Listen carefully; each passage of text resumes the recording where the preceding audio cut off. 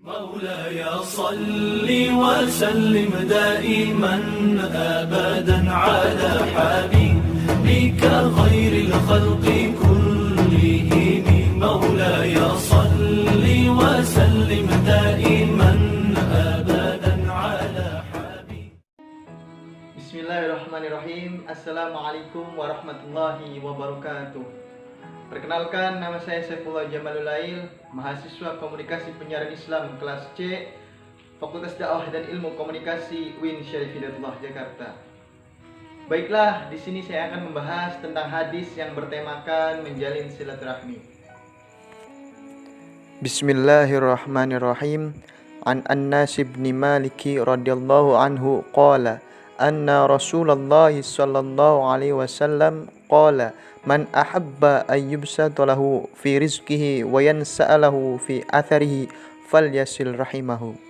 Yang artinya, dari Anas bin Malik radhiyallahu anhu berkata, Rasulullah sallallahu alaihi wasallam bersabda, bagi siapa yang ingin dilapangkan rizkinya dan dipanjangkan umurnya, maka menerimalah ia menjalin hubungan silaturahim. Hadis riwayat Bukhari. Pertama, kita akan membahas sanad dari hadis ini. Hadis ini termasuk hadis mutawatir karena diriwayatkan oleh banyak perawi dan sanadnya pun hasan dan jelas. Hadis ini termasuk hadis sahih karena diriwayatkan oleh Imam Bukhari. Tentunya hadis yang diriwayatkan Imam Bukhari sudahlah pasti dan jelas kesahihannya. Sanad dari hadis ini berawal dari Muhammad bin Abi Yakub, kemudian kepada Hasan kepada Yunus kemudian kepada Muhammad Az-Zuhri kemudian kepada Anas bin Abdul Malik. Karena perawi dan sanadnya jelas dan hasan, tentunya isi matan dari hadis ini pun sudahlah pasti jelas dan kuat isinya. Selanjutnya kita akan membahas isi matan dari hadis ini.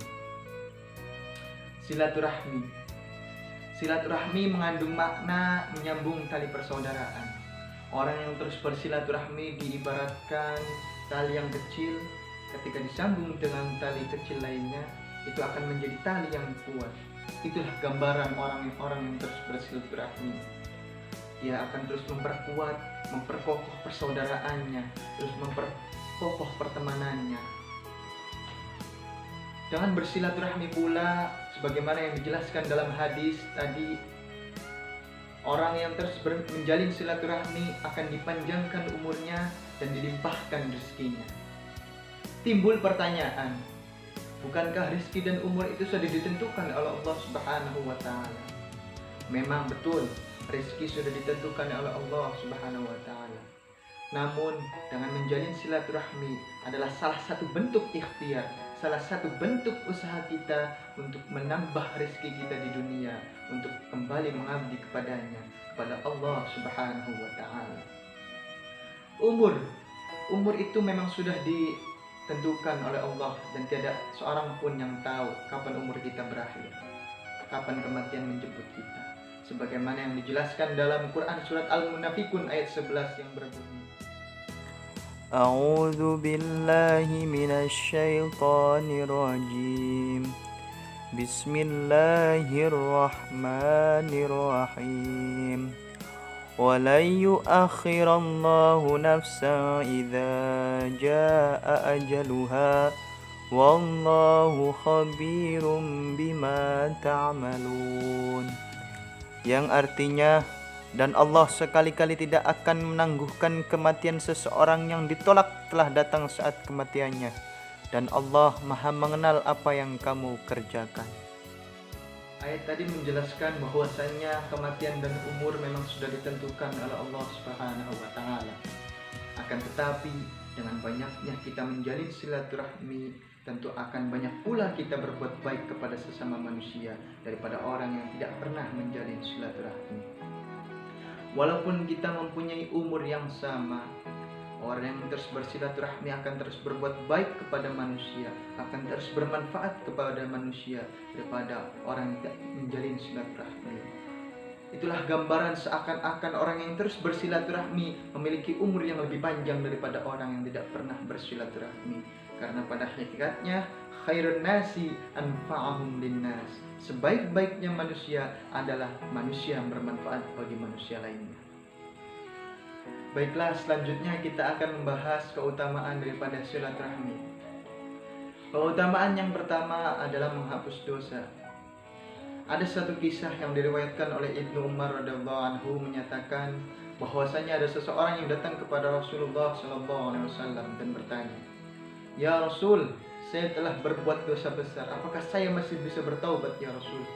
Rasul pun bertanya, "Apakah kamu masih mempunyai ibu?" Dia pun menjawab, "Tidak ya Rasul." Rasul pun kembali bertanya, "Apakah kamu masih mempunyai bibi dari pihak ibu?" Dia pun menjawab, "Iya ya Rasul." Rasulullah SAW kemudian bersabda, "Berbuat baiklah kepadanya." Hadis riwayat Tirmizi dan Hakim. Hadis ini menjelaskan bahwasanya orang yang terus menjalin silaturahmi akan diampuni dosa-dosanya oleh Allah Subhanahu wa taala. Oleh karena itu, jangan pernah kita memutus silaturahmi, memutus tali persaudaraan dengan saudara-saudara kita, maupun itu dari pihak ayah ataupun dari pihak ibu. Karena dengan menjalin silaturahmi dengan saudara-saudara kita, itu adalah menjadi penghapus dosa-dosa kita ketika kita berbuat maksiat di dunia. Keutamaan yang kedua adalah menambah umur dan melimpahkan rezeki. Ali bin Abi Thalib radhiyallahu anhu berkata bahwasanya Rasulullah SAW bersabda, "Siapa yang senang dipanjangkan umurnya, dilimpahkan rezekinya, dan dihindarkan dari kematian yang buruk, maka bertakwalah dia kepada Allah dan jalinlah silaturahmi." Hadis riwayat Ahmad.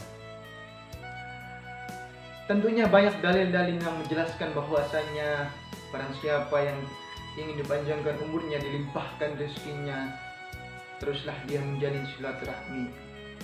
Hal ini menjelaskan bahwasanya menjalin silaturahmi adalah suatu hal yang memang harus kita jaga dengan baik, harus kita jalin terus-menerus agar tali persaudaraan kita tidak putus.